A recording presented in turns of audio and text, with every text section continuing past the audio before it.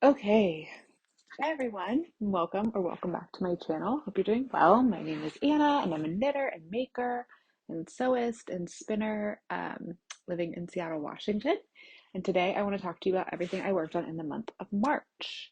We're a little late into April, which is later than I would normally post, but everything's fluid around here because I have a baby. So, lighting's not great, sound's not great. I'm in her room. She doesn't sleep in here right now. And it's after dark. So that's why the lighting is a little sallow. And we've had a switcheroo with my audio situation. So we're trying this. If it's terrible, I'm sorry. I will make it better for next time. Um, but we're doing the best we can because I have a 7-week-old baby and I'm doing my best. Um, so yes, but I'm happy to be here. I love talking about my making and it's so fun and that's why I want to do it. So I'm making time to talk to you about what I've been making time to do for myself over the past couple weeks. Um, and yes, I'm not wearing any knitwear today, but I guess this would be a fun opportunity to spotlight this lovely blanket, which I did not make, but this was made for me when I was a baby by my great grandmother. And it's crochet. It's a beautiful crochet afghan. I have no idea like what the stitch is or anything. It's got a cute little picot edging. It's in like a variegated acrylic yarn, but it's 28 years old. And now my daughter gets to use it. So I think it's really special. I keep it over the back of this chair in her nursery. And it reminds me of my great grandma, who was a lovely woman. And she was like one of the first women in my life I remember doing fiber arts regularly. She was always crocheting afghans. And so I don't know, this felt like a good place to talk about that and to honor her. So that's what we're starting with today. Um, and yes, I've been busy over the past several weeks, not with making things, but with hanging out with my baby. So I don't have as much to talk to you about today as I normally would. I'm still figuring out like what I can realistically accomplish and realizing that things take me a lot longer than they used to. So, um, I know, I'm sure you all understand, but yeah, I'm also still getting used to this new normal and prioritizing her over me and my time. So I have less to show you than normal, but still fun things to talk about. So I have one finished thing to show you, and that is this little sweater, which I made for Caroline, my daughter. When I showed you this last time, I think I had just started the back yoke. It was like freshly started. Now it's finished. This pattern is the Holger sweater or Holger baby set by Petite Knit. The original pattern has really cute stripes on it, and it's like color blocked in all these fun ways.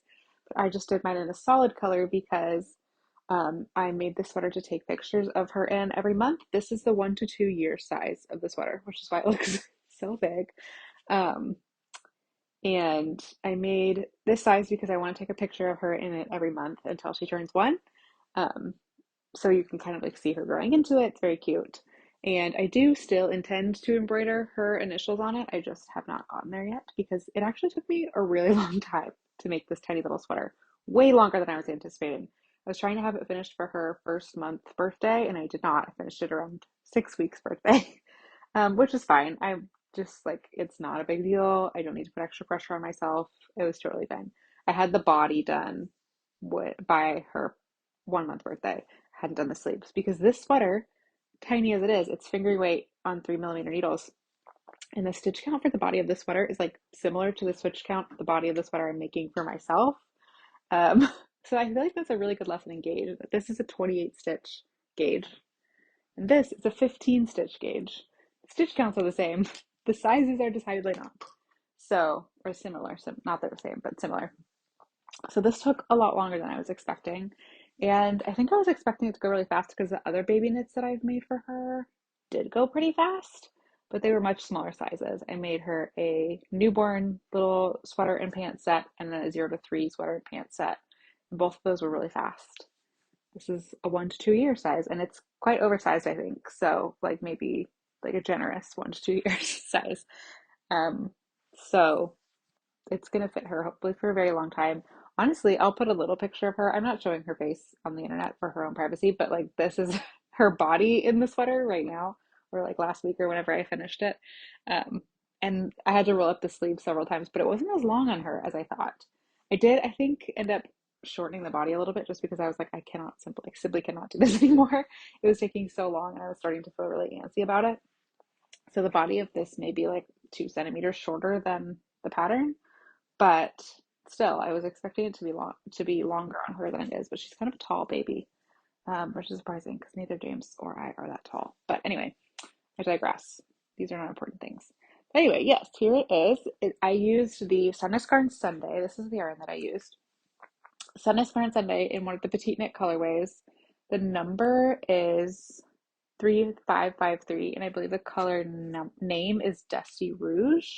It's a very pretty color. I like it a lot. It's kind of like orangey, pinky, terracotta-y. It's kind of a chameleon color. I actually really like it a lot. Um, Although I think it's discontinued because I got this at my local yarn store, Tea Cozy Yarn Shop here in Seattle. I got it on sale, and so I think that it might be a discontinued color, which is a problem because I made the top, I made the sweater, and I thought I would have enough to make the sweater and the pants. But I think there's an error in the pattern, the petite pattern, because, or at least on the Ravelry page, and it's actually in the written pattern as well. Um, it like lists the amount of grams of sandnes garn Sunday you need to complete the sweater with the stripes, because the original has like a striped body, a sleeve in one color, a sleeve in another color, and the ribbing in another color. And so she lists the grams of this specific yarn that you would need to make to do the stripe, to do all those different colors. And I think it added up to 80 grams, but then somewhere else in the pattern it says that you need 120 grams to knit this sweater. And so I had only read the 80 grams thing, and I had 80 grams. I had 150 grams of this yarn. I had three balls, and it was 80 grams for the sweater and 70 grams or 72 grams for the pants. So I was like, 152 grams. I can probably get that with the three balls that I have. That was not correct. Somewhere else in the pattern, in the written pattern, it says that you need 120 grams of Sunday for the size that I made, which I did not realize until I had like fully finished the body with a full skein of yarn. And I was like, there's no way I can do the two sleeves with 30 grams of yarn. So yes, my finished sweater ended up being just under 100 grams. I used almost all of two balls of yarn. And I did this little contrast on the inside of the collar to preserve some yarn. And I think if I hadn't done that, I would have like fully used up the two 100-gram balls of yarn. So I'm now torn because I do want to make the pants. I want to have the little matching set, but I'm worried that I'm not going to have enough yarn, obviously. However, if this realistically was written to have 120 grams of yarn and I used 100, if the pants are written to use 72 grams of yarn and I have 50, I could potentially do it. I'm unsure. I need to look at the pattern and see how they are constructed, because if they're constructed top down, I could just knit until I run out of yarn on the legs, which I know I just said she's a tall baby, so that means they wouldn't last her as long. But if they're in a 1 to 2 size, she can still wear them for some amount of time when she can fit in the sweater. If she doesn't fit in both of them for the same amount of time, it's fine. But that's my current thought, because I don't really want to have to buy a whole nother ball of this yarn to use like a little bit of it, especially because it's going to be harder to find because it's being discontinued. So if you have some of this yarn laying around, like a scrap of it that you don't need, write me a little comment. I would love to purchase it from you. But if not, I think I'm just going to use what I have, make the pants as long as possible. I'm pretty sure they're knit top down, if they're knit like the other petite knit pants that I've made, which I think they are. Yeah, if they're knit top down, then I think it would be fine. And I'll just go until I run out of yarn, and she can wear them until she can't anymore. So yeah. So yeah, that's what I have to say about this. Other than that, the pattern was fine. I mean, it's a very simple pattern. It's a drop shoulder. There's no shaping. The back panel is basically a rectangle, and there's some shaping around the neck. And the collar I actually really like. I've not knit a newer petite knit pattern in a while, But I think this is something she's doing more now in her patterns, where instead of doing like a purl round around the neck, there's some double knit rows where you slip stitches that force the fold. And I think it makes a really clean finish, which is kind of distracting to have the white on the inside, but it makes a really clean finish around the neck. And it keeps it, I think it keeps it from flaring out too much as well, like helps it hold its shape. So that's a really cool feature I hadn't seen before. But yeah, I think in my last video I said that the rowing out wasn't very obvious. There is still a bit of rowing out in the top of the sweater. But yeah, it's really not that obvious. I mean, I can see it, but it's not in general that obvious. So anyway, overall, I'm happy with this. This took me 2.5 weeks maybe to do, which knitting monogamously on this. So that was humbling. But I'm really happy with it now that it's finished. I think it's really cute. And I think what I'm going to do for the embroidery on here is I'll put this inspiration picture, but I'm going to put like a monogram of her initials on here. So yeah, but I'll keep that private because she is not old enough to tell me if she wants to be on the internet or not. So until she is, she will not be. So yeah, that's my little Holger sweater. The pants I will do at some point, but I will do them closer to when she can actually wear them. So maybe in the fall, um, because I have other things I want to knit right now, and if she can't wear them right now, I don't really feel compelled to make them at this moment. So yeah, that's my little Holger sweater. I think it's really cute. I like this yarn a lot. This is the first time I've used Sandnes Garn Sunday, and I do like it. But the one thing that I've noticed is I feel like it kind of biases. Like if you look at the knit columns on the sweater, maybe it's kind of distracting to do it with the throwing outside. I feel like they kind of bias a little bit, which is interesting. Like they kind of go at an angle. Um, I could be making things up, but I feel like they do, which is curious because this yarn is very evenly spun. It's like three tiny little two-ply yarns tied together. It's very thin. It's very smooth. I'm concerned about pilling because it's just 100% merino and it actually already does seem to be a little pilly. But let me know. I know this yarn is often used with held with mohair, which I did not do, obviously. So yeah, I'm curious to see how this will hold up. Um, she's going to be wearing it when she's like a little toddler baby running around and making messes. So we'll see. Um, but yeah, that's that. I do like this color a lot. I like this yarn. I would use it again. And yeah, that's it on the Holger baby set. So sweater complete, pants to be continued. And that is the only finished object I have.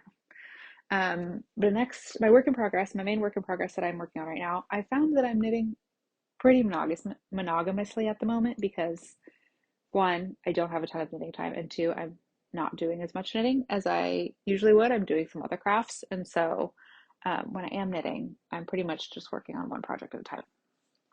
Mostly because I want to finish this. I have realized now that it is April 10th, and I have not finished a project for myself yet this year, like a garment project for myself. The only things that I've finished knitting this year were for the baby. So I want to work on something for me. I deserve that. So I'm trying to finish my Miles shirt jacket, which I was hoping to have finished the last time I talked to you. It's not done because I was working on that sweater. But I think I can finish it relatively soon. So this is where we're at. I have all of the body done. I have both of the button bands done and one full sleeve. So last time I talked to you, I had just done the body. I did the sleeve, which again, same stitch counts as that sweater. Crazy to me. And yeah, I have the sleeve and I just did the button bands and now I'm working on the folded collar and then I will do the other sleeve, which I'm doing it in this weird order because I don't really like knitting ribbing that much. And so I figured I would, after I finish the first sleeve, it's like, I'm just going to do all the ribbed parts, get them out of the way, and then I'll knit the sleeve. And by the time I finish that, it'll be done, except for the buttons. I don't know what I'm going to do about buttons, but we'll come to that later. But yes, anyway, it doesn't look, I mean, it looks significantly different than last time you saw it because it has a sleeve on it, but here it is. There's my sleeve, which I marked, these stitch markers mark a certain, like an equal interval of stitches around the sweater, which I had to pick up 80 stitches And so it's marking every 20 stitches because the way that this is constructed, the shoulder panel in the back is not the midpoint of the shoulder. And so I wanted to make sure that when I'm picking up for the other sleeve, I space my stitches out similarly. So this is actually the midpoint of the sleeve here, um, like, which is pretty far past that shoulder design element. So yeah, that's what these stitch markers are marking. And I did, I finished the increases, I did maybe about 2 more inches of stockinette to get to the length that I wanted, and then the 2-inch ribbed cuff, which I kind of wish was a little longer. Last time I talked about this, I'm gonna talk about it again. I like my ribbings to match length, and I thought this folded collar was 2 inches folded over and another 2 inches, so 4 inches total. It's 6. So all the ribbings are going to be different. It's going to bother me. It is what it is. It's fine. I'll probably get over it once I'm done wearing it. So anyway, yeah, that's where we're at. I did do the tubular bind off on all of the ribbing for this whole thing. I did it on the bottom. I did it on the, what are these things called? Button bands, which I honestly don't find too difficult with a unspun yarn because I just do a short length of it at a time. I just do like a little short length. I do the bind off.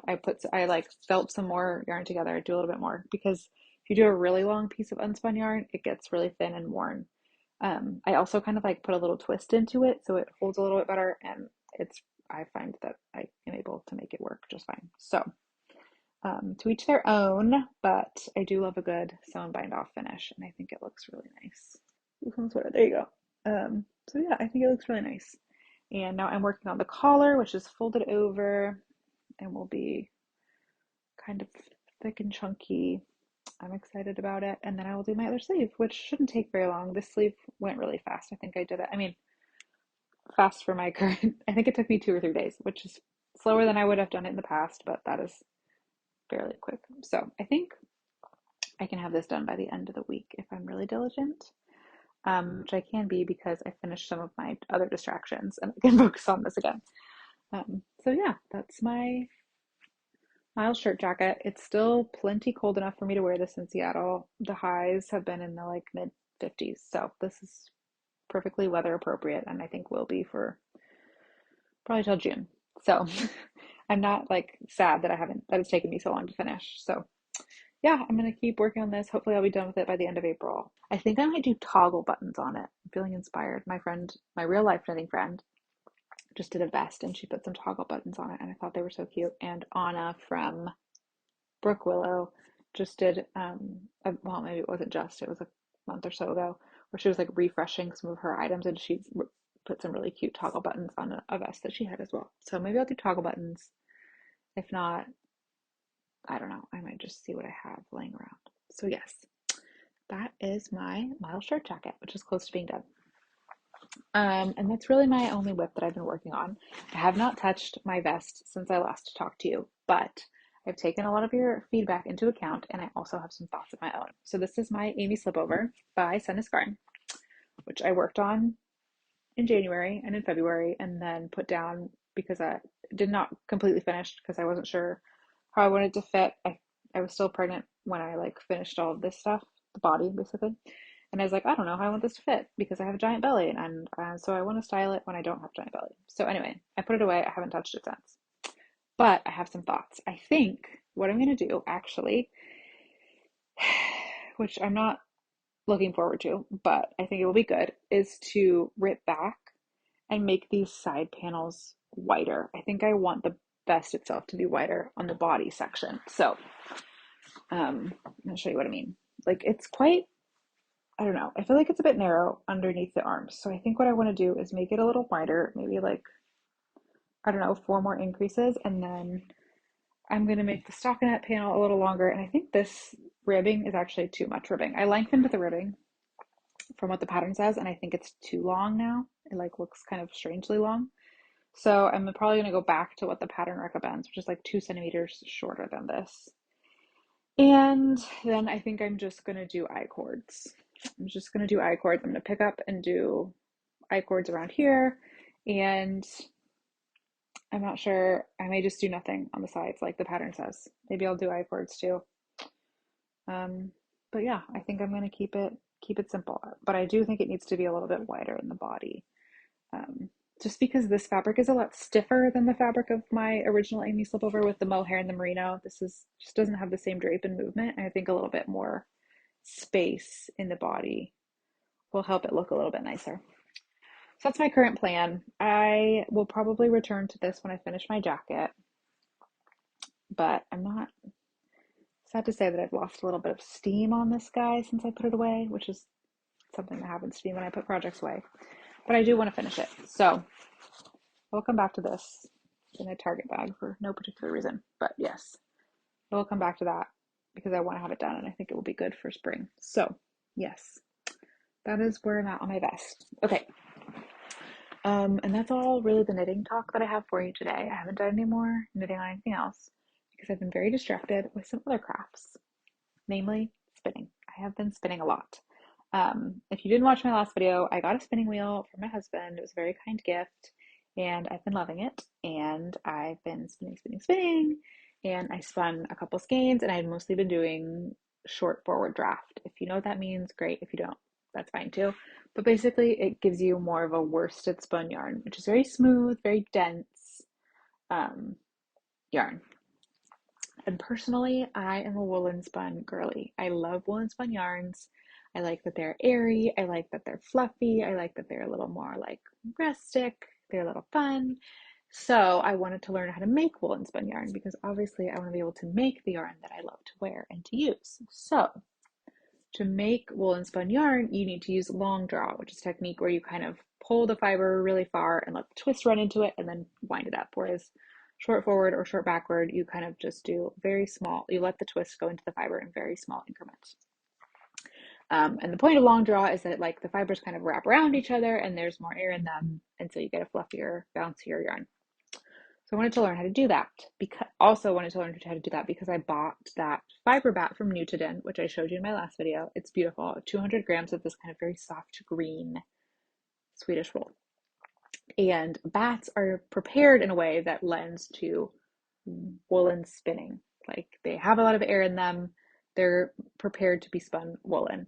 Whereas most of the like fiber braids that you see are like long carded, combed top is what it's mostly called, is intended to be spun worsted because the fibers are all lined up like this, whereas in a bat, they're kind of like jumbled up.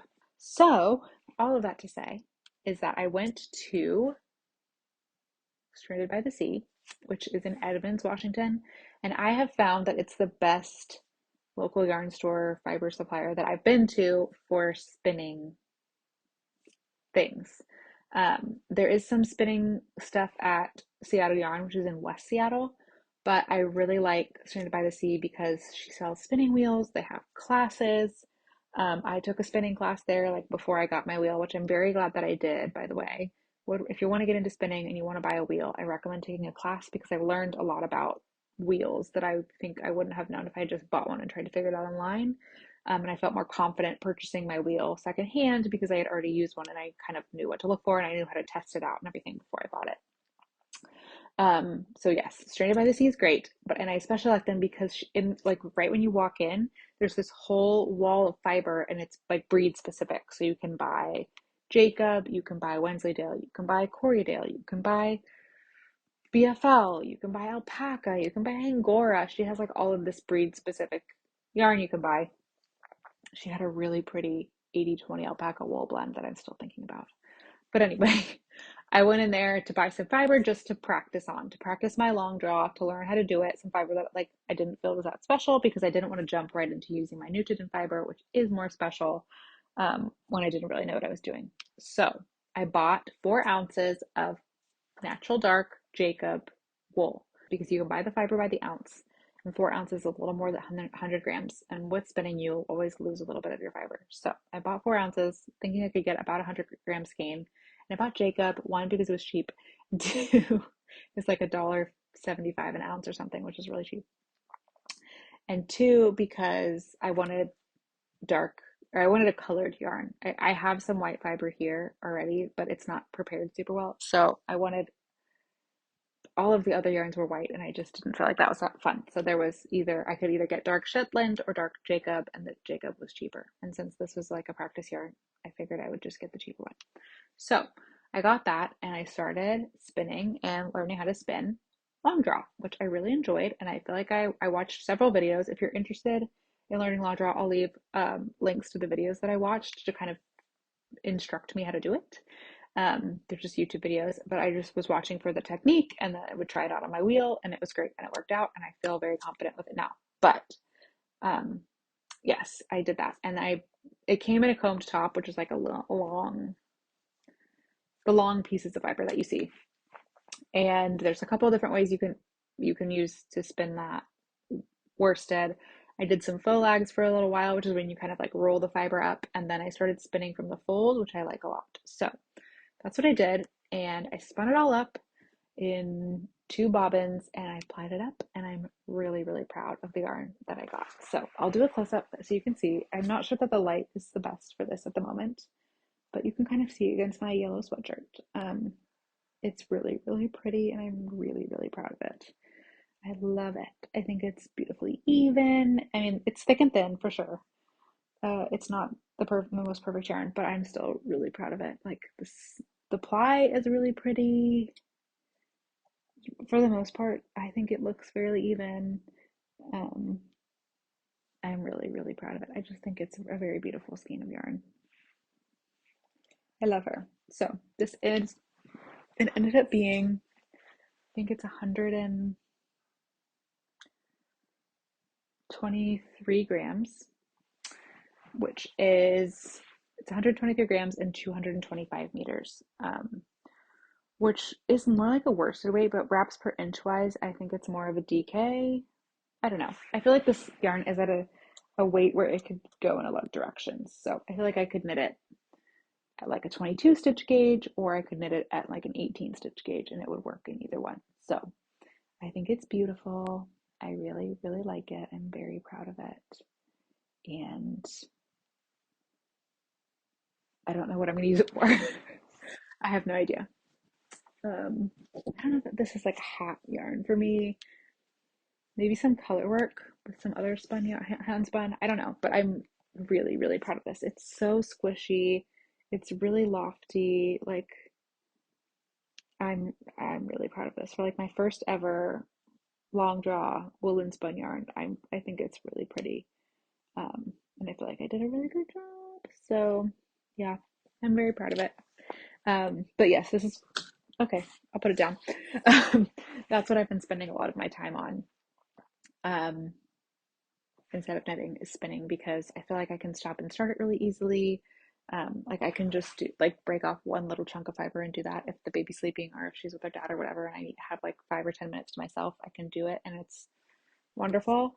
I find it very meditative and repetitive, and I just really like it a lot. So that's what I've been spending a lot of time doing, and I don't regret it at all. And also, I wanted to add, a couple days after I started doing this, Andrea Mowry announced her 100 Days of Long Draw Challenge, which was so convenient because I was already doing long draw. Andrea Mowry, pattern designer, she's a wonderful spinner, and she did like a 100 days of spindle spinning challenge in the fall, I want to say, or over like the festive period. And now she's doing 100 days of long draw, which is great because I want to be long drawing. So I think I want to focus on some knitting before I go back to spinning. I want to finish up my miles before I start spinning my Nugent fiber. But yes, I will be participating. I don't know that I will be long drawing every day because I don't have enough fiber to do that for 100 days. But it's very fun, and it's fun to see other people doing their long draw and doing their yarn and spinning, spinning, spinning. So I'm really enjoying it, and I'm just really enjoying my spinning. It's just like feels really fun to learn a new craft and new techniques and kind of discover a whole new part. And it's related to knitting because it makes yarn that I can knit with, but it's different and it's just a different part of my brain and hands. And I like that it's just like more of a whole body experience because I'm using my feet to treadle, I'm using both my hands. I love it. I think it's great. And I'm really excited to do some more of it. So I'm gonna finish my miles, do some more knitting, but there's my little yarn. I'm so So proud of her. Also sheepy. I love it. Okay. Um, I have one more work in progress to show you, which is not sewing related or spinning related. It's my sewing. And I brought this little bodice up to show you because I'm working on this and I'm not done with it yet, but I wanted to show you a visual representation of what I'm currently working on, which, sorry, I'm just seeing yellow spots in my eyes, and I thought there was a yellow stain on my little thing here, and I was about to be very upset, but it's okay, we're good. So let me just prepare this for you in all of her glory. This, my friends, is my current sewing project, and I am in the middle of making the Sid tie dress, which is a pattern by Sydney Graham, and I am really excited about this. I have not sewn anything since last May, probably, because I used to do all my sewing in my basement, which was unfinished, cold and spooky, but I had a good sewing setup down there. Then, about this time last year, we started a renovation on our basement to finish it out and make it a livable space.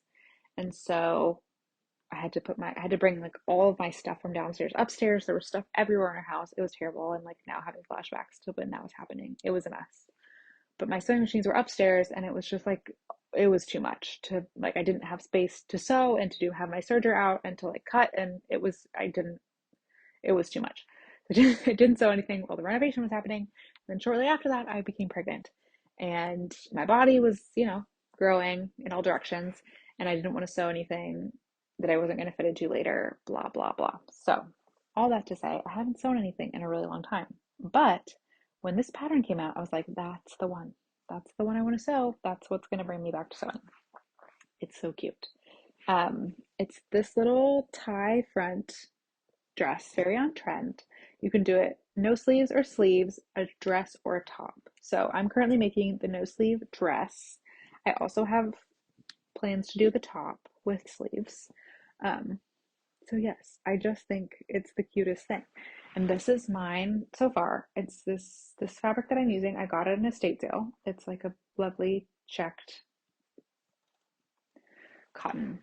I think it's maybe a poly cotton blend. I don't know, but it's lovely, and I've just finished doing the binding on the neck, which I did not do according to the pattern because I made some silly goofs. But basically, the binding is supposed to be in the same fabric as the pattern, but I cut the binding not on the bias, not realizing I needed to cut the binding on the bias, and I just hate.